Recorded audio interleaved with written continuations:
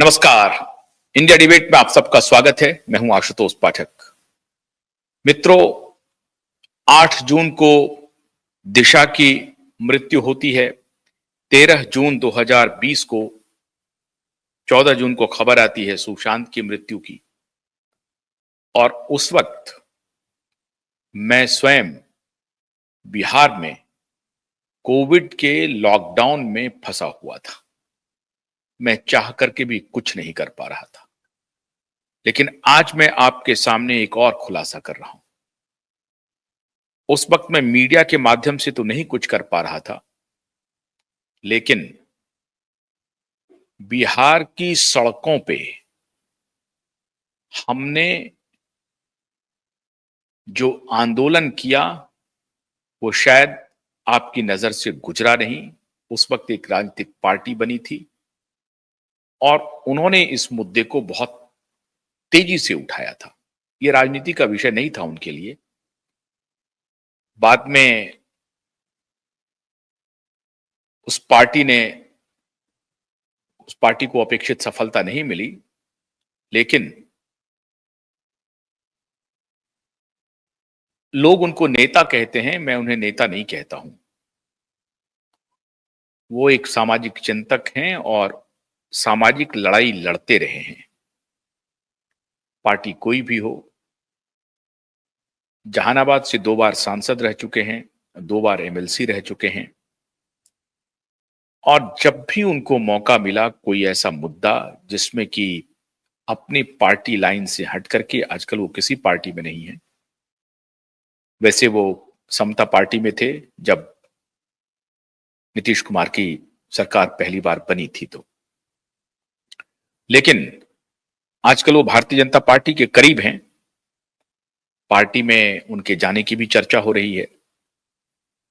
लेकिन अभी तक जो मुझे जानकारी है उसके हिसाब से वो अभी भारतीय जनता पार्टी में नहीं है, लेकिन बीजेपी के करीब हैं, उनके उस पार्टी में जाना चाहते हैं। ये तो उनका संक्षिप्त परिचय है। असल परिचय ये है कि हमारी जो ये लड़ाई थी क्वाइब नेटवर्क की और supreme court high court litigant association की, और जब जनता की महाअदालत लगी दिल्ली में जून 2020 यानी 8 जून और 13 जून के बाद से जो हम लोग इस लड़ाई को लड़ना शुरू किया, और बाद में उस वक्त तक क्योंकि मेन स्ट्रीम मीडिया उसे उठा रही थी, और जब मेन स्ट्रीम मीडिया के कुछ मीडिया वालों ने इस लड़ाई को लंबे समय तक लड़ा, लेकिन जब बीच में वो रुके तो हमने, जिसे रिले दौड़ का जो बैटन होता है, वो अपने हाथ में ले लिया और हमने लड़ाई शुरू कर दी।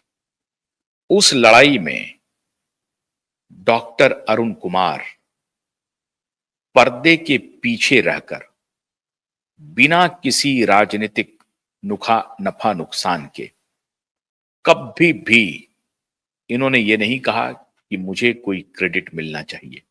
लेकिन आज एक नाम जो शायद छूट रहा है, और जो कुछ पुलिस ऑफिसर्स हैं उन्होंने चूंकि अभी नहीं कहा है, लेकिन उन्होंने कहा है कि वक्त आने पर वो भी सामने आएंगे। उनको मैं समझता हूं कि उन्हें भी इसका क्रेडिट मिलना चाहिए और उनकी सराहना होनी चाहिए। उन्होंने कभी इस मुद्दे को राजनीतिक बनने नहीं दिया, और इसीलिए वो हमेशा कहते रहे कि आशुतोष जी, मैं नहीं चाहता हूं कि मैं इस मुद्दे पर कुछ भी बोलूं, वरना लोग कहेंगे कि आप राजनीति करना चाहते हैं। लेकिन आज उन्होंने कहा कि नहीं, अब वक्त आया है जब राजनीति न करते हुए, राजनीति करनी नहीं है लेकिन पूरे देश में इस बात को लोगों के बीच ले जाना है। कौन कर रहा है, किसके खिलाफ हो रहा है, यह महत्वपूर्ण नहीं है। महत्वपूर्ण यह है कि यह केस क्वाइब के लिए और supreme court high court litigant association के लिए 2 व्यक्ति की मृत्यु नहीं थी। मैं बार बार आपको कहता रहा हूं कि यह संपूर्ण सिस्टमेटिक फेल्योर है, और यह कहीं भी हो सकता है। ऐसा नहीं कि अकेले महाराष्ट्र में, यह देश के किसी भी हिस्से में हो सकता है। इसलिए राष्ट्रीय स्तर पर इसका अभियान चलना चाहिए। और हमारे एसएसआर वॉरियर अक्सर कहते हैं कि निश्चित रूप से इस अभियान को घर घर पहुंचाना है ताकि हमारे देश की बेटियां सुरक्षित रह सके। मैं आज आपको मुखातिब करवा रहा हूं एक ऐसे वॉरियर से जिनको आपने देखा नहीं, लेकिन पर्दे के पीछे रह करके इन सारे सबूतों को इकट्ठा करने में क्यूवाइब नेटवर्क के साथ खड़े रहे, supreme court high court litigant association के साथ खड़े रहे, नीलेश ओझा जी की टीम के साथ खड़े रहे और हमेशा न सिर्फ नैतिक समर्थन, हर तरह से अपने पुलिस मित्रों के साथ, अपने कानूनी सलाहकारों के साथ मिलकर के हमेशा इस मुद्दे को हम डिगे नहीं, हम अपने कर्तव्य पथ से हटे नहीं, इसके लिए पीछे में चट्टान की तरह खड़े रहे और कहा कि ये लड़ाई हम जीतेंगे क्योंकि इसमें अन्याय हुआ है। तो मैं स्वागत कर रहा हूं डॉक्टर अरुण कुमार जी का। बहुत बहुत स्वागत है डॉक्टर साहब। नमस्ते। नमस्ते।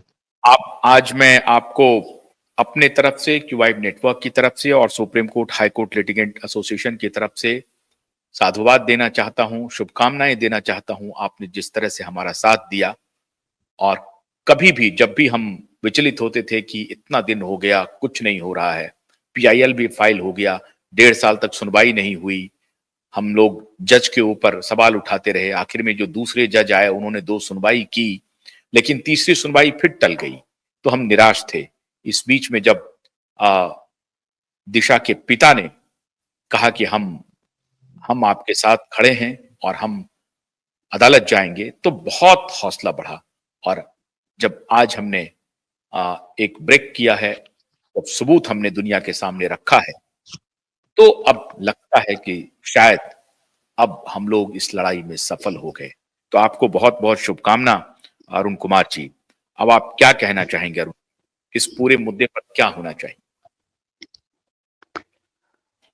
पहले तो हम नीलेश ओझा जी और आशुतोष पाठक जी, आपको, आपके जज्बे को, आपके निरंतर इस प्रयास को मैं सलाम करता हूं कि आप निरंतर इस लड़ाई को लड़ते रहे। मुझे याद है कि जब मैं सुना कि सुशांत सिंह राजपूत की हत्या हो गई, जो एक उदयमान कलाकार थे, तो मुझे अपनी बात याद आई। जब मैं पहली बार सांसद हुआ था तो वो हमसे मिलने आए थे एक विद्यार्थी के रूप में, फिजिक्स के विद्यार्थी के रूप में हमसे मिलने आए थे, उनको अपने एक रिश्तेदार के साथ। वो भी नौजवान था, आनंद मोहन जी के परिवार से जुड़ा हुआ था। तो हमारे 171 साउथ एवेन्यू में वो आए थे और चर्चा से मुझे लगा कि यह एक बड़ा वैज्ञानिक होगा। बाद के दिनों में मुझे पता चला कि वो फिल्म की ओर मुड़ गया है। लेकिन जब कभी वो पटना आए तो एक बार मुलाकात हुई थी और हमने आशीर्वाद दिया कि तुम क्रिकेट से फिजिक्स से ये फिल्म की दुनिया में चले गए हो, कैसा अनुभव करता है?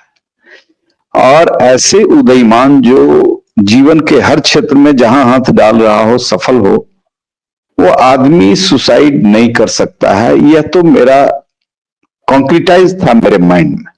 धक्का तो जरूर लगा, लेकिन हमको लगा कि इसकी हत्या हुई है।